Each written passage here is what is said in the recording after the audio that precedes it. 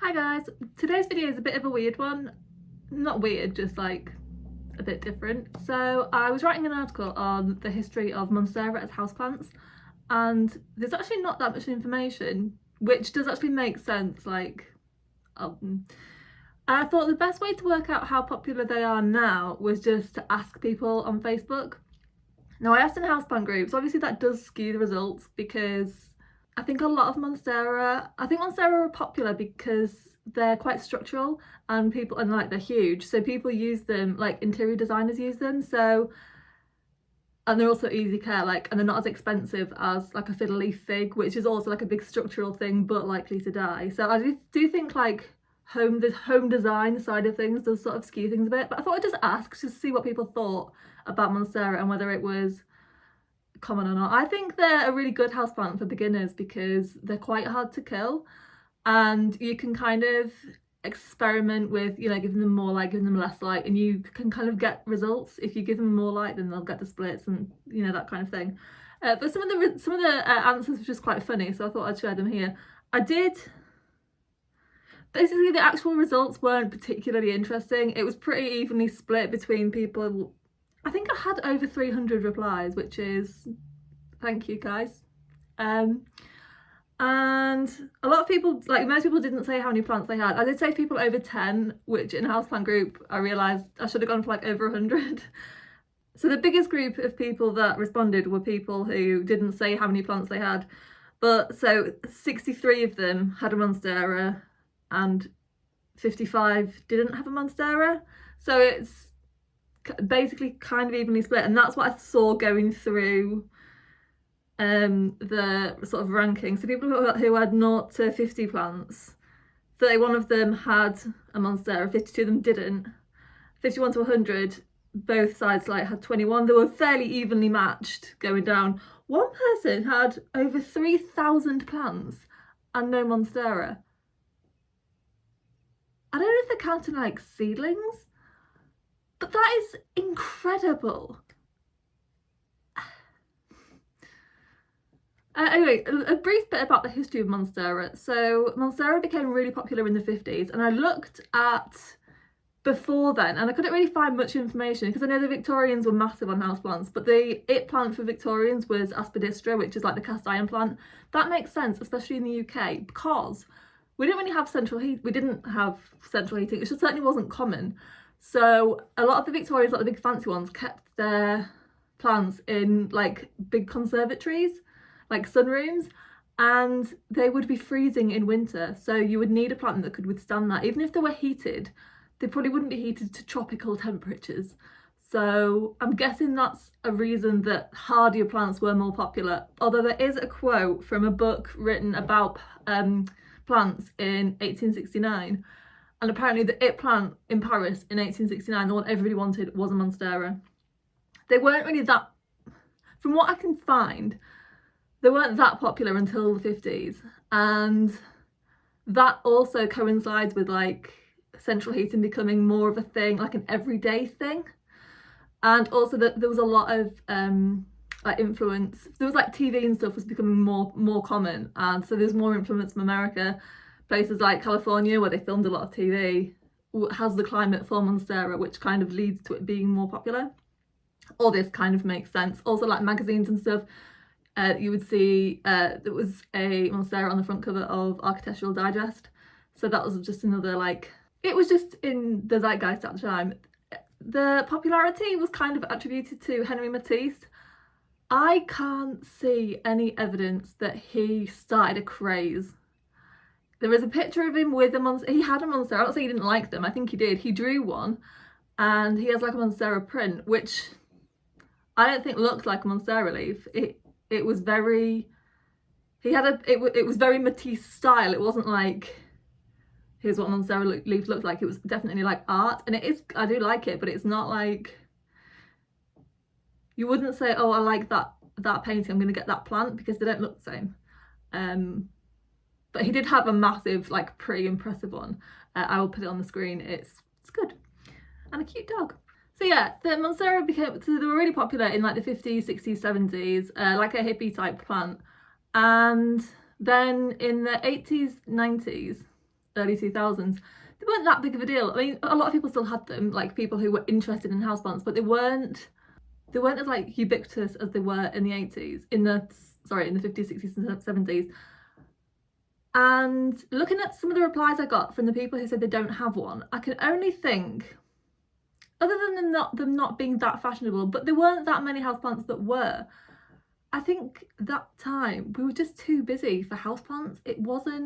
There's like a big tech boom, and it just wasn't, houseplants just weren't part of, I don't want to use the word zeitgeist twice in one video because that seems extremely wanky, but they just weren't on people's radar.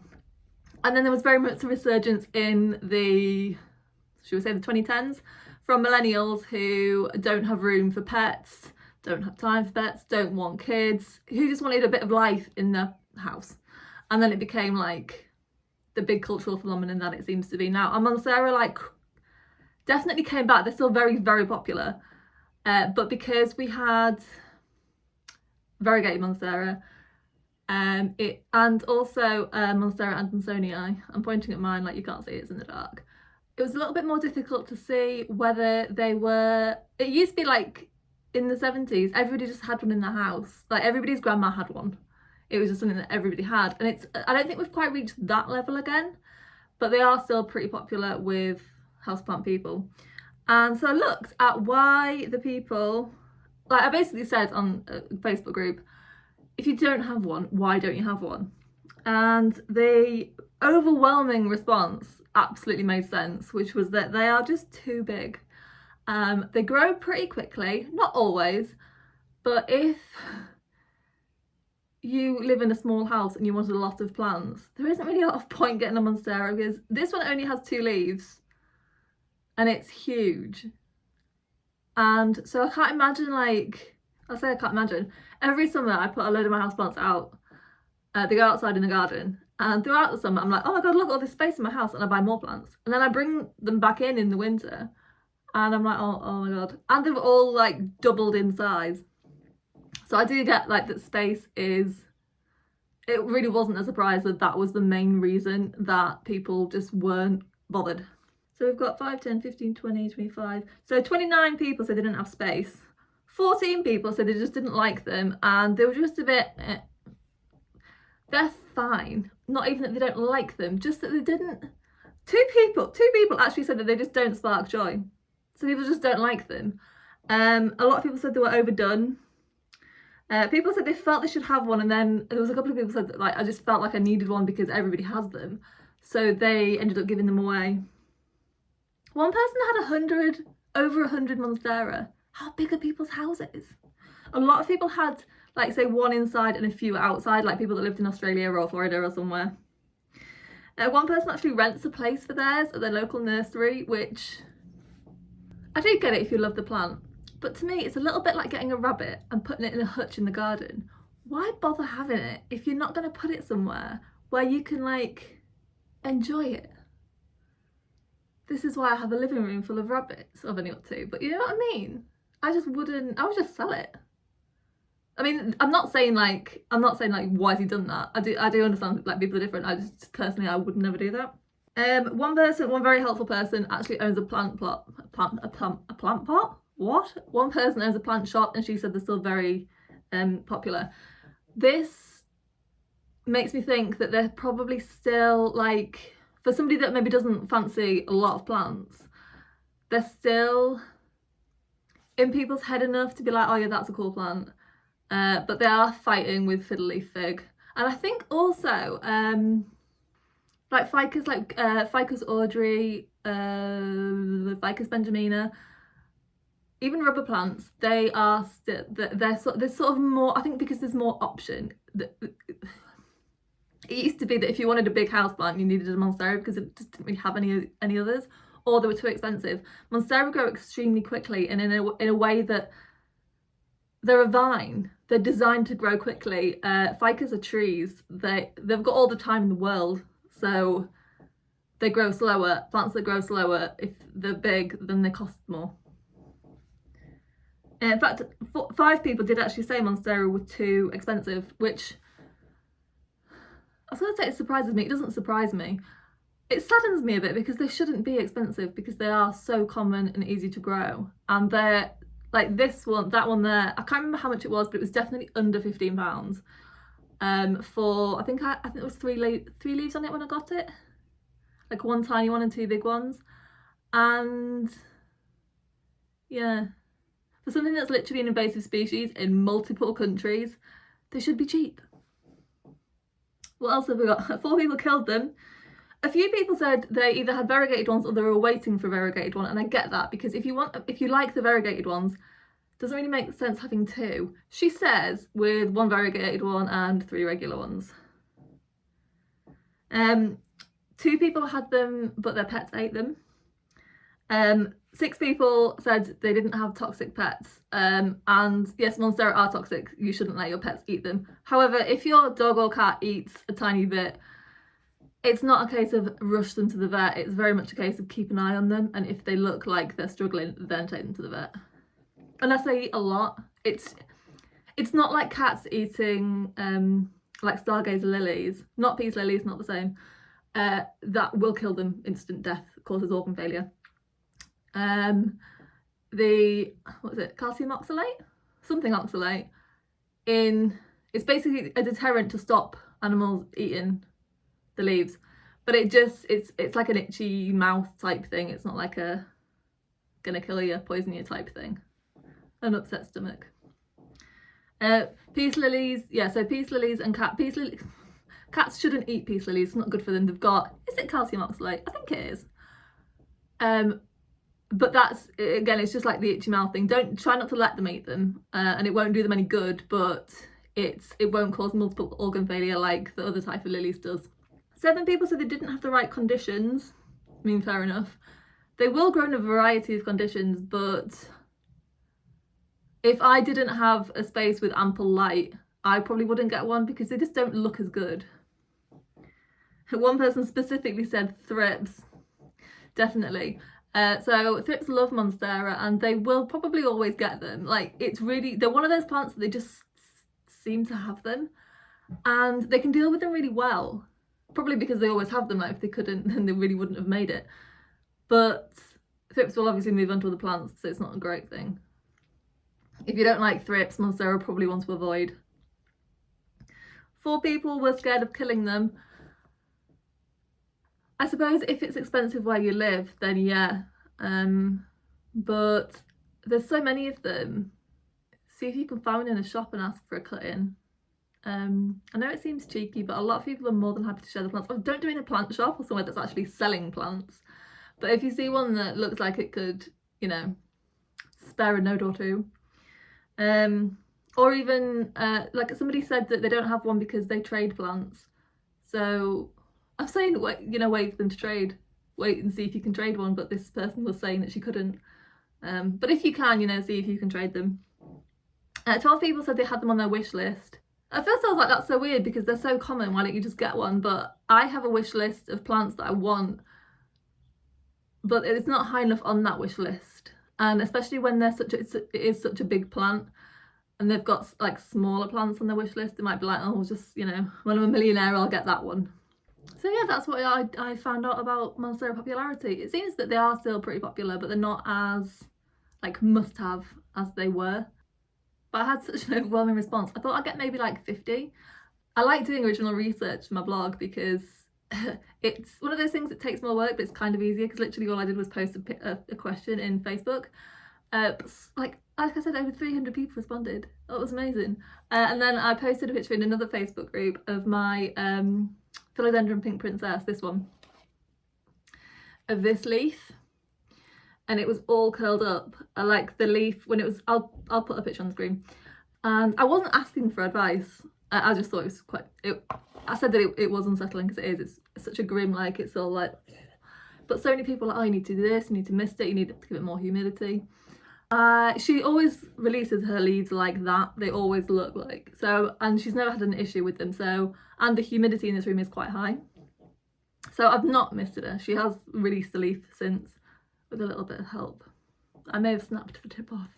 Oh well. I wish I just left it now, but I was, you know, when you're like it got in my, so many people that said the same thing. I was like, it was getting in my head. People saying, you know, I didn't help it out and the leaf died. So I was like, I don't want that to happen. Moral of the story, leave your plants alone, like. But yeah, so many people said that their philodendron pink princess does the same thing. So I don't know the history. I don't know if it's like man-made. I'm assuming that it's, I don't know if they're tissue cultured. It's not man-made in the sense that Thai constellation is, in that they actually went in and changed its genes. I think it's probably just selective breeding.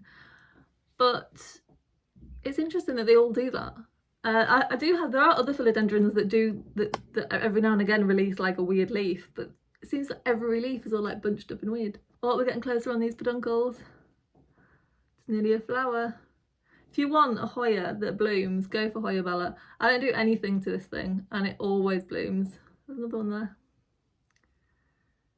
I mean, she's not bloomed yet. And this is when they got the peduncles on, but they haven't bloomed yet. This is the time you have to I just leave it alone. I don't move it, I don't do anything. I just, because if they're like, I don't like it anymore, they'll dump all the peduncles. I've also got a cutting back there that actually also has peduncles on it. So, and they have the most beautiful flowers.